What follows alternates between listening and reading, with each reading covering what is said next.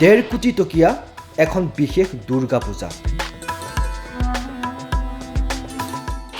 অতিক্ৰম কৰিছে শতবৰ্ষ পূজাখনৰ আয়োজনত অংশ লয় মুছলমান লোকসকলেও ইয়াৰে মুছলমানসকলৰ বিশেষ পৰম্পৰা হৈছে অকাল বোধন সম্প্ৰীতিৰ অপূৰ্ব নিদৰ্শন বৰ্তমানে আকৰ্ষণৰ কেন্দ্ৰবিন্দু হৈ পৰিছে এই পূজাখন আজি পবিত্ৰ মহালয়া উপলক্ষে পুৱাৰে পৰা মাংগলিক নীতি নিয়মত ব্যস্ত প্ৰতিগৰাকী ভক্ত কিন্তু তাৰ মাজতে সকলোৰে দৃষ্টি আকৰ্ষণ কৰিছে এখন বিশেষ পূজাই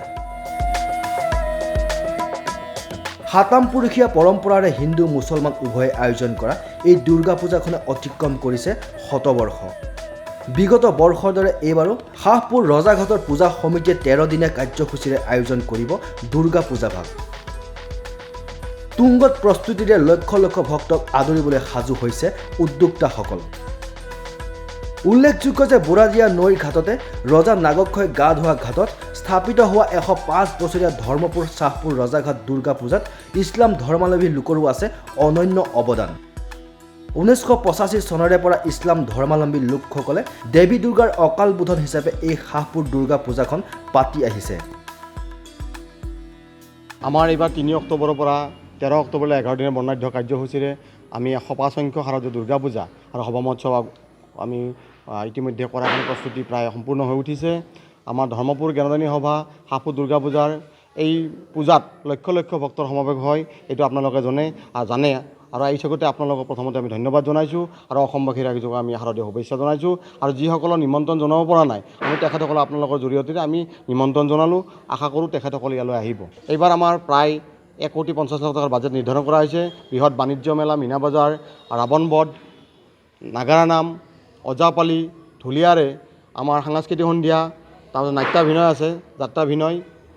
তাৰপিছত ভ্ৰাম্যমাণ দলৰ ইয়াত সমাৱেশ ঘটিব এই পূজা কেন্দ্ৰ কৰি 5-6খন ভ্ৰাম্যমাণ থিয়েটাৰৰ ইয়াত সমাৱেশ হয় এইবেলিও হ'ব আমাৰ ৰাজতিলক থিয়েটাৰ 6ৰ পৰা 7ম 8মলৈকে ৰাজতিলক থিয়েটাৰ তাৰপিছত হেঙুল থিয়েটাৰ এইখিনি বিভিন্ন থিয়েটাৰৰ ইয়াত সমাৱেশ ঘটিব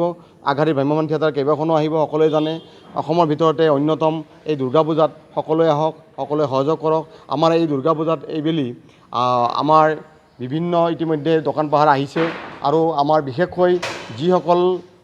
পৰিৱেশ বিনষ্টকাৰী লোক থাকে আমি আপোনালোকৰ জৰিয়তে আমি অনুৰোধ জনাওঁ তেওঁলোকে সজাগ থাকক যে এইবেলিও যোৱাবেলিৰ দৰে কোনো ধৰণৰ অপ্ৰীতিকৰ পৰিৱেশৰ সৃষ্টি কৰিব নালাগে যোৱাবেলিও শান্তিত আছিল এইবেলিও নিশ্চয় থাকিব কাইলৈৰ পৰা প্ৰতিবাদ তিথি শৈলপুত্ৰী পূজাৰ পৰা আৰম্ভ হ'ব